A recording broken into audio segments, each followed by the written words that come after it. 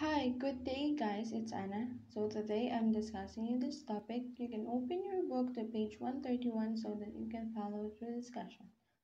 So, clothes and physical appearance. Clothes and physical appearance have greatly or have big impact to the people you talk or to the people you meet. For example, when you're meeting your friends to hang out, you need to dress nicely so that you will look pretty. Or when you are applying for a job, you really need to dress up so that you will look clean and neat. Clothing and physical appearance can also reflect cultural heritage, like men in Saudi may wear tamblus or fitting ankle length, usually white shirt, so that it's their tradition or remark that that converse their clothing.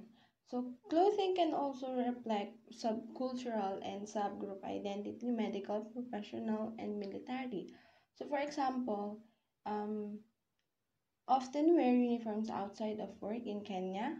Unlike most of West Africa, attire is very conservative.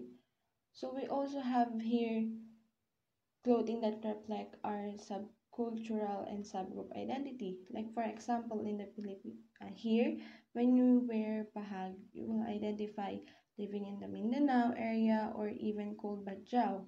But when you wear fancy clothes, you will identify as a Manila girl or living in Manila because you're kind of wearing the modern clothes. So next one is terri- territoriality. So, from the word itself, territory, which means something you own, it can be permanently or temporarily. Temporarily. It also refers to how space can be used to communicate message.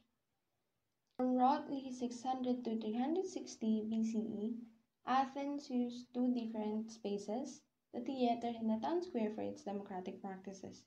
The Knicks, an open-air theater, and Angora is the Times Square, which is it's the place in the city where citizens becomes accustomed to diversity rather than being isolated and segregated.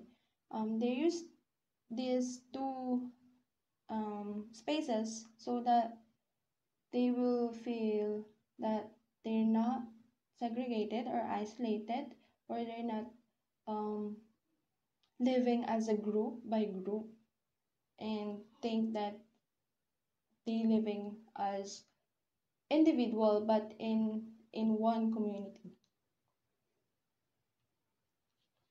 So olfactics. So scientists have also identified a tiny organ in the basal cavity that responds to chemical known as pheromones, believed to play a role in human emotions such as hunger, fear, and most notably, scientists have uncovered evidence of human pheromones. So it says here that scientists is the one who identified that we can communicate through our smell. So smells remains one of the least understood senses. The amount of human brain developed to the olfaction is very large. Smell is the only sense linked directly to the limbic system, which may be evidence of its being our most basic primitive senses. So it is kind of communication before we have our technology like phones, laptop, like app like Messenger, Facebook that can easily communicate today. So olfactics also serve as communication before when you love someone or when you want someone to the person.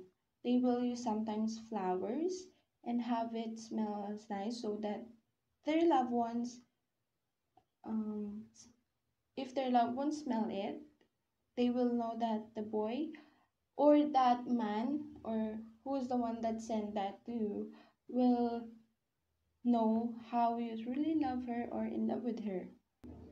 Smells also refers to body odor. Sometimes culture are sensitive to any body odor. Others mask body odor with perfumes and colognes. Others find the odor or perfume and colognes distasteful. It sometimes bring allergy to the people or having itchy feeling or sometimes hard to breathe.